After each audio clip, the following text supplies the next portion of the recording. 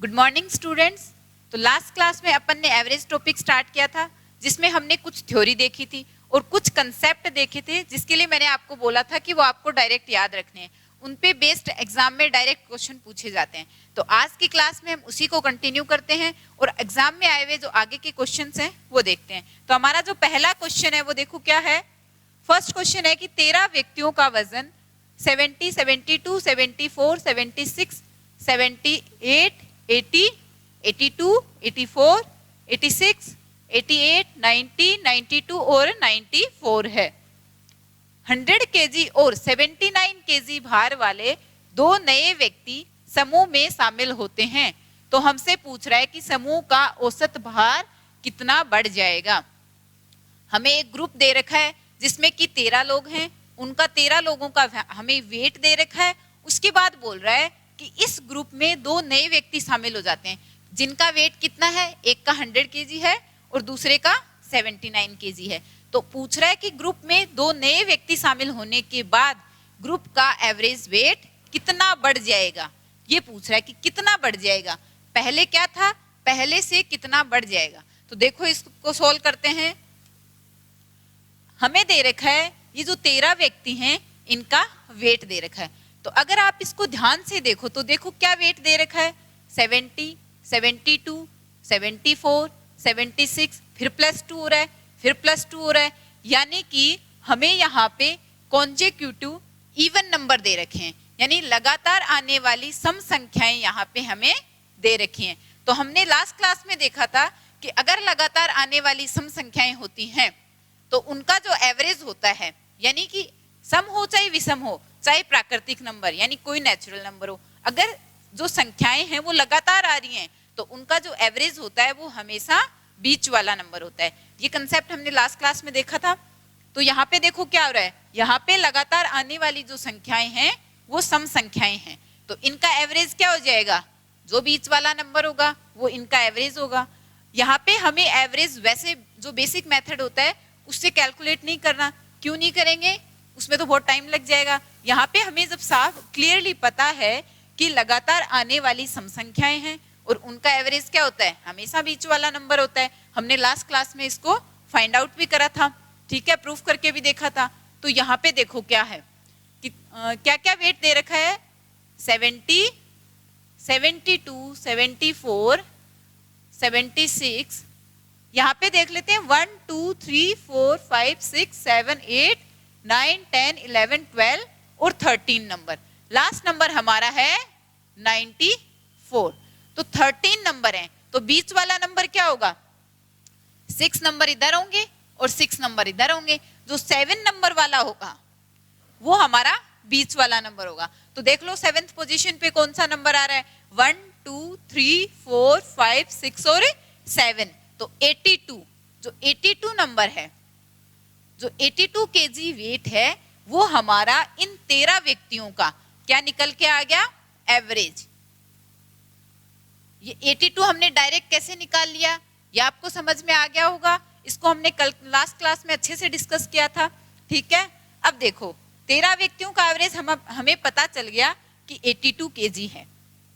अब ये आगे बोल रहा है कि ये जो ग्रुप है 13 व्यक्तियों का, इसमें दो नए व्यक्ति शामिल हो जाते हैं, जिनका वेट है, एक का 100 केजी है और दूसरे का 79 केजी है। और जो ग्रुप है उसमें पहले से 13 व्यक्ति हैं और उसका जो एवरेज वेट है वो 82 केजी है। अब इसी ग्रुप में दो नए व्यक्ति शामिल हो रहे हैं, ठीक है, तो उनका एवरेज वेट भी 82 केजी होना चाहिए। जब पहले से एक ग्रुप है उसका एवरेज वेट 82 है, उस ग्रुप में दो नए व्यक्ति शामिल हो रहे हैं तो उनका एवरेज वेट भी तो 82 केजी होना चाहिए। अगर इनका एवरेज वेट 82 केजी होता है तो इनका टोटल वेट कितना हो रहा है, देखो दोनों का 82 + 82, क्योंकि दो व्यक्ति हैं तो टोटल कितना हो रहा है, 224 और 164। लेकिन उनका जो वेट है वो कितना है, ये है 100 + 79, 179 केजी है।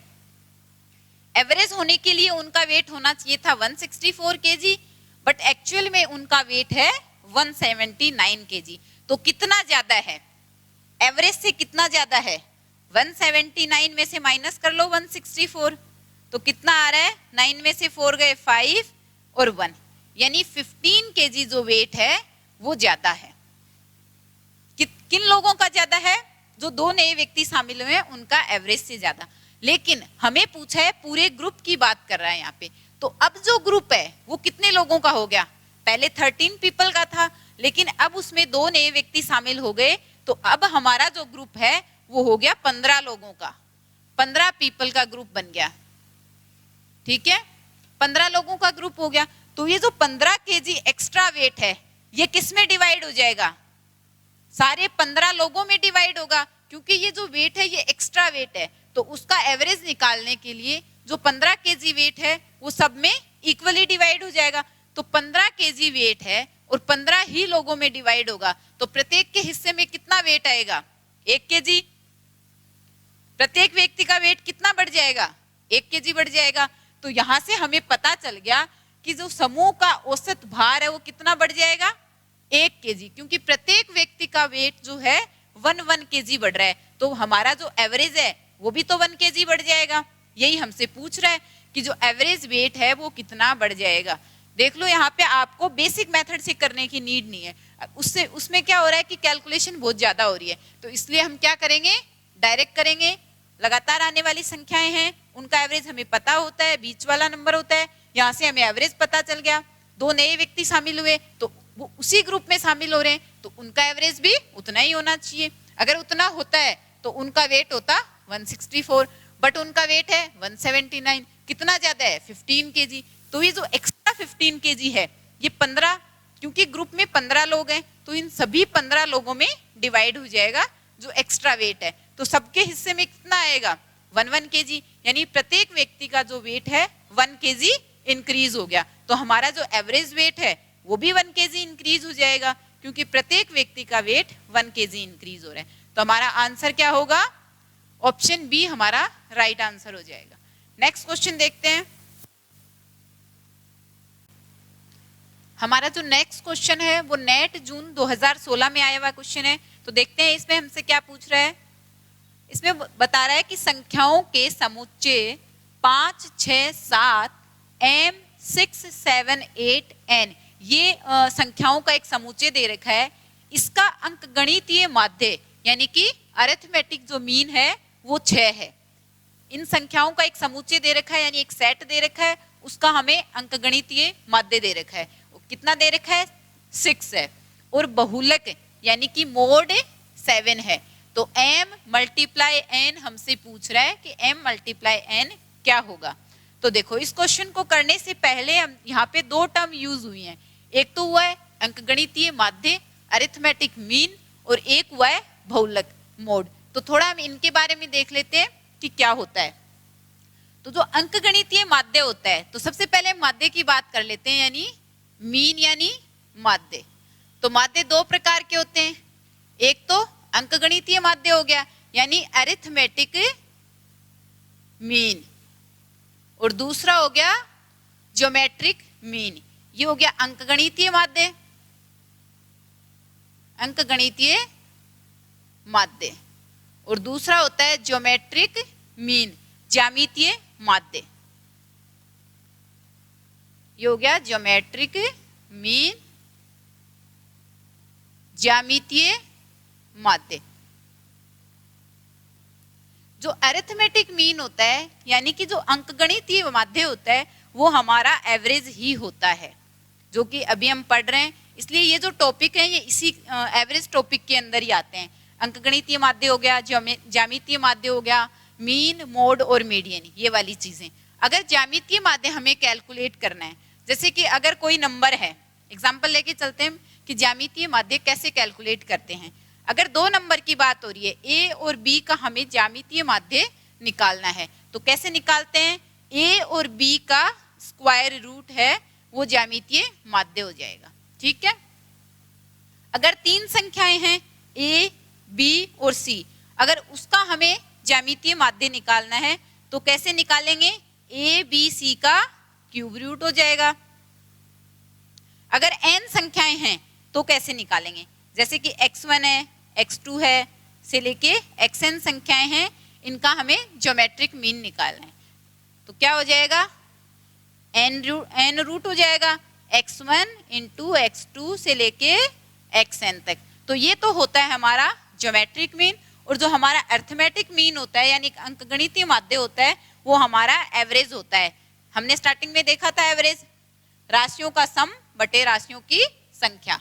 अब अगर हम आगे देखें, दूसरा टर्म यूज हुआ है बहुलक यानी कि मोड, बहुलक।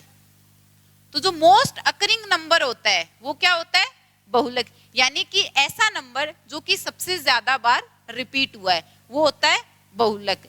मोस्ट अकरिंग नंबर, सबसे ज्यादा बार आने वाला जो नंबर होता है वो क्या होता है, बहुलक कहलाता है। थर्ड हमारी टर्म बचती है मीडियन यानी कि माध्यिका। माध्यिका क्या होती है वो भी हम देख लेते हैं। तो जो मिडल वैल्यू होती है, मध्य वैल्यू यानी कि मिडल वैल्यू, वो कहलाती है माध्यिका, जो कि अपर हाफ और लोअर हाफ को सेपरेट करती है। तो ये तीनों चीजें हमने देख ली। मीडियन होती है मिडल वैल्यू जो कि लोअर हाफ और अपर हाफ को सेपरेट करती है। बहुलक होता है most occurring number, most frequently occurring number, यानी कि ऐसा नंबर जो कि सबसे ज्यादा बार रिपीट हुआ है, जैसे कि 1 1 2 5 6 7 2 1, ये कोई एग्जाम्पल है। तो इसका बहुलक क्या होगा, देखो यहाँ पे 1 हुआ है 3 टाइम्स, 2 हुआ है 2 टाइम्स, तो 1 है ऐसा नंबर जो कि सबसे ज्यादा बार रिपीट हुआ है, तो इसका जो मोड है वो क्या हो जाएगा, 1 हो जाएगा। मोड जो है यानी कि बहुलक जो है वो एक से ज्यादा वैल्यूज भी हो सकती है। अगर यहाँ पे 2 भी अगर 3 टाइम्स आता तो इसका बहुलक होता 1 और 2। ठीक है, ये वाली चीजें आपको समझ में आ गई होगी। अब हम क्वेश्चन पे चलते हैं। हमें पता है कि ये जो समुच्चय दे रखा है इसका अंकगणितीय माध्य 6 दे रखा है, यानी कि ये क्या दे रखा है, इस सेट का एवरेज दे रखा है। तो एवरेज निकालते कैसे हैं, कैसे निकालेंगे एवरेज, इन सबको सम करके और कितने नंबर है उससे डिवाइड कर देंगे। वो हमें दे रखा है, क्या दे रखा है, 6 दे रखा है। तो देखो क्या क्या दे रखा है, 5 + 6 + 7 + m + 6 + 7 + 8 + n। ये कितने नंबर हो गए, ये हमारे हो गए 1 2 3 4 5 6 7 और 8 नंबर हो गए। अगर इनका सम करते हैं तो इनका सम करो, 6 और 5 कितने हो गए, 11 और 7 18, 24 और 39।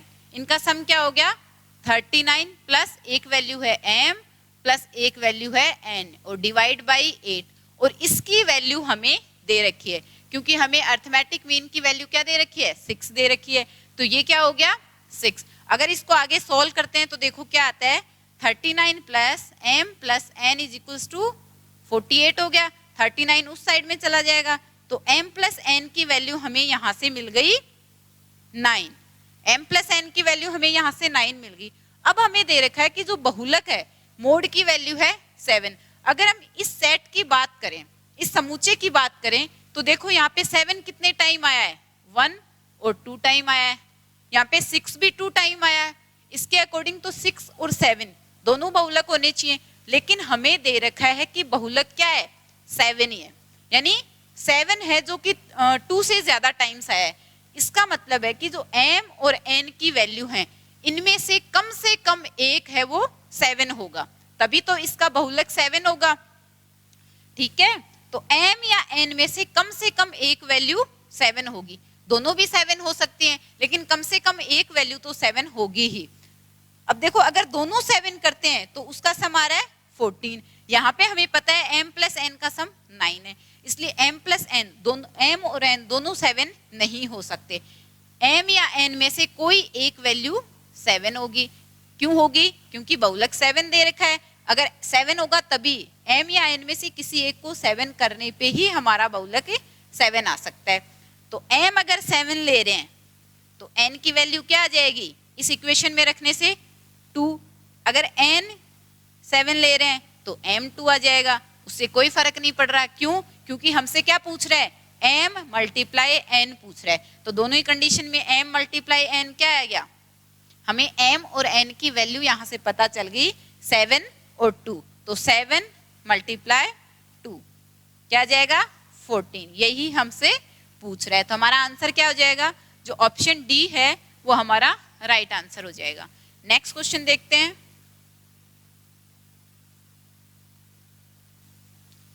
हमारा नेक्स्ट क्वेश्चन देखते हैं जो कि नवंबर 2020 में आया हुआ क्वेश्चन है। तो देखते हैं इसमें क्या पूछ रहा है। इसमें बोल रहा है कि एक परीक्षा में 5 छात्र ब्रजेश, परेश, रमेश, नरेश और सुरेश के अंक अलग अलग हैं। 5 छात्रों की बात कर रहा है और उनके मार्क्स बता रखे हैं कि अलग अलग मार्क्स हैं। ब्रजेश के अंक इन सभी छात्रों के अंकों का औसत है। नरेश के अंक परेश और रमेश के अंकों का औसत है। परेश के अंक सबसे कम है और नरेश के जो अंक हैं वो सुरेश के अंक से अधिक हैं। तो उच्चतम अंक यानी हाईएस्ट मार्क्स किसके हैं, किसने प्राप्त किए, ये हमसे पूछ रहा है। तो जो जो इंफॉर्मेशन हमें दे रखी है वो हम देख लेते हैं, लिख लेते हैं। यहाँ पे सबसे पहले दे रखा है 5 स्टूडेंट हैं, 5 के नाम दे रखे हैं। पहली कंडीशन दे रखी है कि ब्रिजेश के अंक, तो ब्रिजेश को यहाँ पे मैं शॉर्टकट में बी लिख लेती हूँ।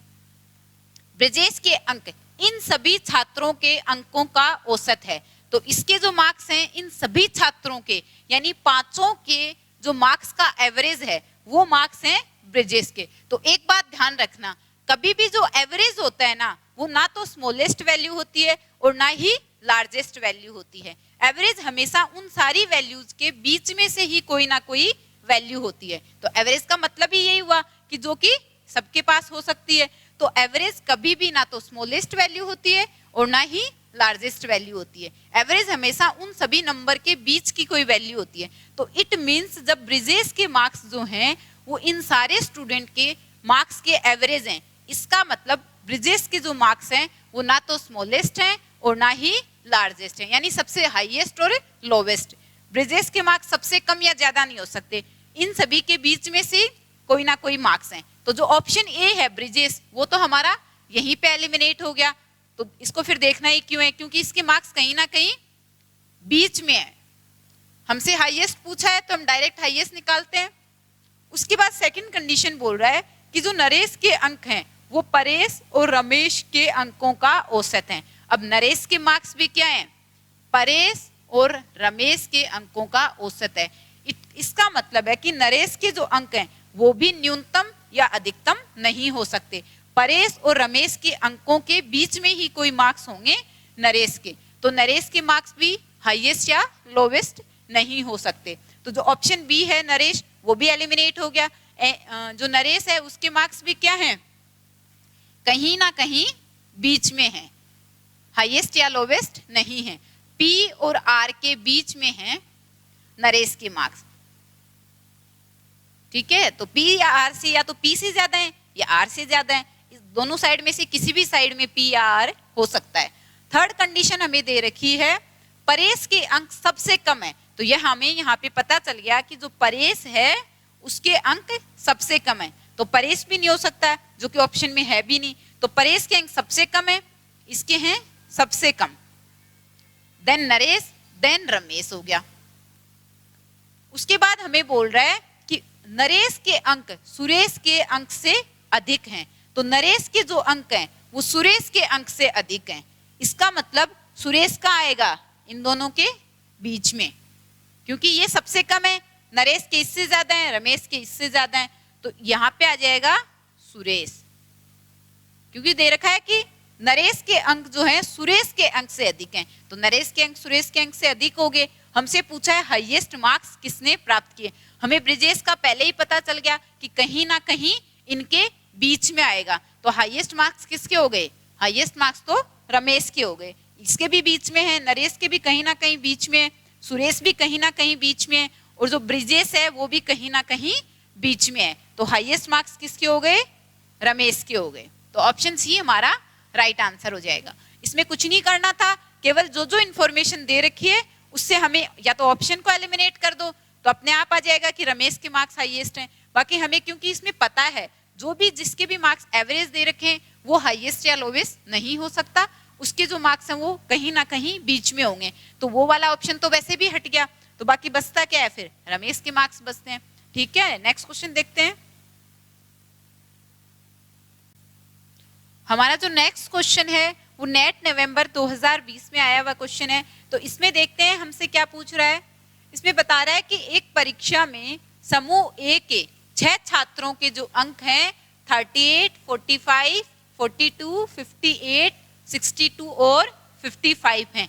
उसी परीक्षा में, यानी सेम एग्जाम की बात हो रही है, समूह बी है, उसके 7 छात्र हैं, उनमें से 6 के अंक हमें दे रखे हैं 38, 41, 44, 46, 49 और 52 हैं, जहां एक अंक गायब है, यानी कि यहाँ पे 7 छात्रों में से 6 छात्रों के अंक दे रखे हैं और एक अंक है वो गायब है।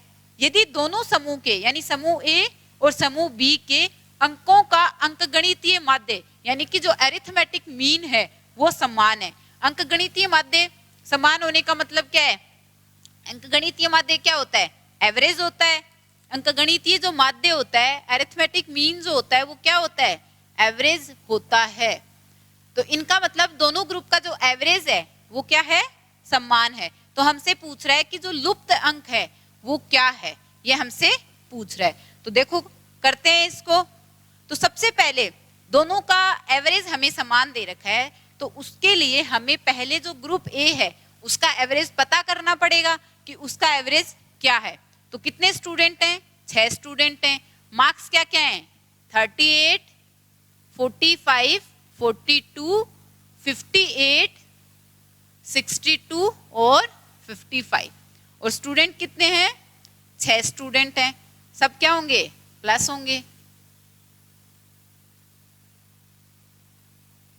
अगर इनको प्लस करते हैं तो देखो 38, 62 ये 100 बन रहा है, प्लस 45 प्लस 55 ये भी 100 बन रहा है, प्लस 42 और 58 ये भी 100 बन रहा है, यानी कि टोटल कितने हो गए? 300 और डिवाइड बाय 6, यानी कि इसका एवरेज आ गया 50 मार्क्स। ये आया है ग्रुप ए का एवरेज। अब हमें पता है कि ग्रुप बी का एवरेज भी क्या है? ये है ग्रुप ए का एवरेज, लेकिन हमें पता है कि ग्रुप बी का जो एवरेज है वो ग्रुप ए के एवरेज के समान है, यानी दोनों का ही एवरेज क्या है? 50 है। ग्रुप बी में कितने स्टूडेंट हैं? 7 स्टूडेंट हैं। अगर बी की बात की जाए 7 स्टूडेंट हैं, उनका एवरेज हमें पता चल गया क्या है? 50 है। ठीक है, ग्रुप बी के मार्क्स क्या दे रखे हैं? देखो 38, 41, 44, 46, 49 और 52।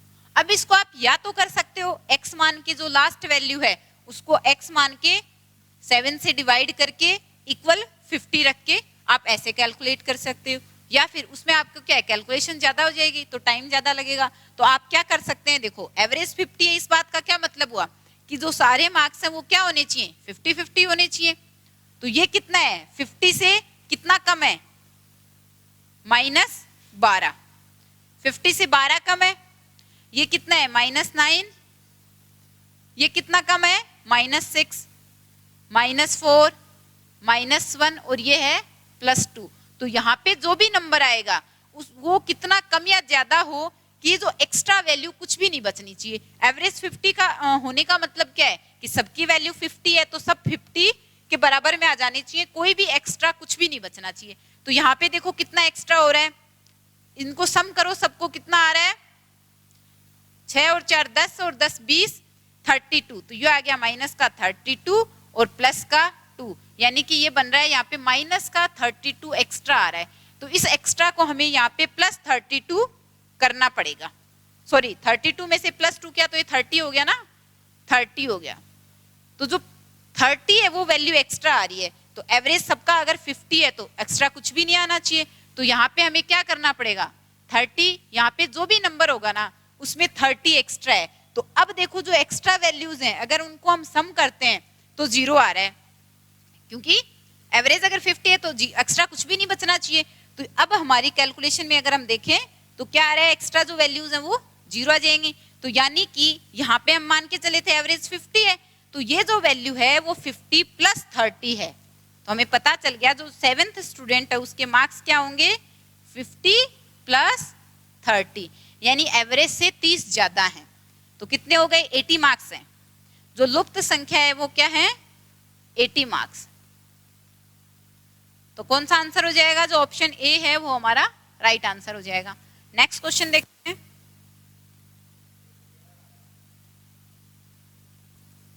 नेक्स्ट क्वेश्चन देखते हैं, ये भी एग्जाम में आया हुआ क्वेश्चन है। तो इसमें पूछ रहा है कि क्रिकेट के खेल में पहले 10 ओवरों में रन रेट केवल 3.2 था। तो स्टार्टिंग के जो 10 ओवर हैं उनकी हमें रन रेट दे रखी है, कितनी है 3.2 थी। शेष 40 ओवरों में 282 रन के लक्ष्य तक, तो टारगेट कितना है 282 रनों का टारगेट है, वहां तक पहुंचने के लिए रन रेट क्या होनी चाहिए, ये हमसे पूछ रहा है। तो देखो रन रेट क्या होती है कि पर ओवर में कितने रन बना रहा है, एक ओवर में कितने रन बना रहा है, ये क्या हो गई रन रेट हो गई। तो हमें दे रहा है कि स्टार्टिंग के जो 10 ओवर हैं उसकी रन रेट क्या है 3.2 रन है, यानी कि पर ओवर एक ओवर में वो 3.2 रन बना रहा है। तो अगर हम टोटल 10 ओवर की बात करें तो उसने टोटल 10 ओवर में कितने रन बना लिए होंगे 10 इंटू 3.2 कितने हो गए, इसने 10 ओवर में 32 रन बना लिए।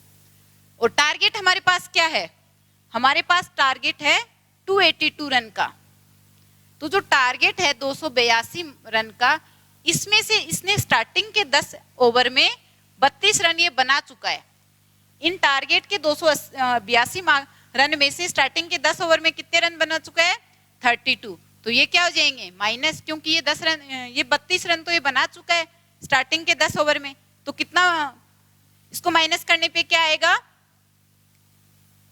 250 रन अभी भी बनाना बाकी है। तो ये 250 रन जो हैं, ओवर कितने बच गए 40 ओवर बच गए। तो ये जो 250 रन बचे हैं ये उसको कितने ओवर में बनाने हैं 40 ओवर में बनाने हैं। तो हमसे क्या पूछिए रन रेट, जब वो 40 ओवर में उसे बनाने हैं, रन रेट क्या थी कि एक ओवर में कितने रन बना रहा है, 40 ओवर में उसे बनाने हैं 250 रन। तो देख लो एक ओवर में कितने बनाएगा, एक ओवर में बनाएगा 250 अपॉन 40 रन बनाने हैं उसे। इसको इससे कट कर दो तो क्या आएगा 6.25 रन। तो नेक्स्ट जो 40 ओवर हैं उसमें उसकी रन रेट क्या रहने वाली है 6.25 रन पर ओवर, ये उसकी रन रेट रहने वाली है। कैसे निकाला आपको समझ में आ गया होगा। रन रेट पता है क्या होती है, एक ओवर में कितने रन बना रहा है। तो स्टार्टिंग के 10 ओवर में रन रेट 3.2 थी, तो टोटल उसने 32 रन बनाए। टारगेट 282 का है, 32 ऑलरेडी बना चुका है, 250 रन बनाने हैं, 40 ओवर में बनाने हैं। तो रन रेट क्या आ जाएगी 6.25 रन, यानी एक अगले जो 40 ओवर में है उसे पर ओवर 6.25 रन बनाने हैं। तो हमारा आंसर क्या हो जाएगा ऑप्शन ए हमारा राइट आंसर हो जाएगा। नेक्स्ट क्वेश्चन देखते हैं। हमारा जो नेक्स्ट क्वेश्चन है वो भी एग्जाम में आया हुआ क्वेश्चन है। तो इसमें देखते हैं हमसे क्या पूछ रहा है कि एक परिवार में 2 दादा दादी, 2 माता पिता और 3 पोते पोतियां हैं। दादा दादी की औसत आयु 67 ईयर है। माता पिता की औसत आयु क्या दे रखी है 35 ईयर है, और पोते पोती की औसत आयु क्या दे रखी है 6 ईयर है। परिवार की औसत आयु, तो पूरे परिवार की औसत आयु हमसे पूछ रहा है। कौन कौन है परिवार के मेंबर, 2 तो हैं दादा दादी, तो 2 तो ये मेंबर हो गए, और कौन है 2 माता पिता हैं, 2 मेंबर ये हो गए, प्लस पोते पोतियां कितने हैं 3 पोते पोतियां। तो परिवार में कुल कितने मेंबर हो गए 3 2 5 और 2 7 मेंबर हो गए। तो इन सातों की हमसे औसत आयु पूछी है। हमें अलग अलग की एज नहीं पता, लेकिन हमें क्या पता है 2 के ग्रुप में एज पता है। हमें दादा दादी की एवरेज पता है कि एवरेज एज दे रखी है दादा दादी की कितनी है 67 ईयर।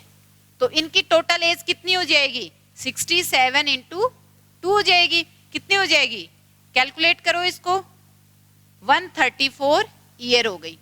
उसके बाद हमें दे रखी है माता पिता की औसत आयु 35 ईयर है।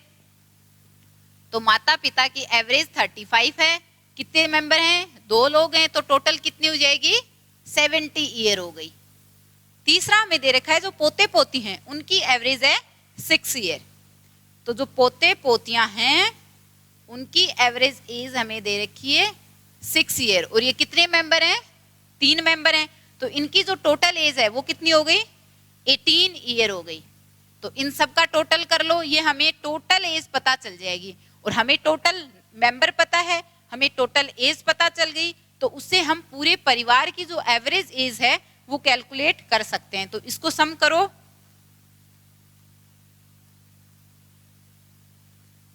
ये आ रहा है 222 आएगा क्या? वापिस इसको कैलकुलेट करके देख लो।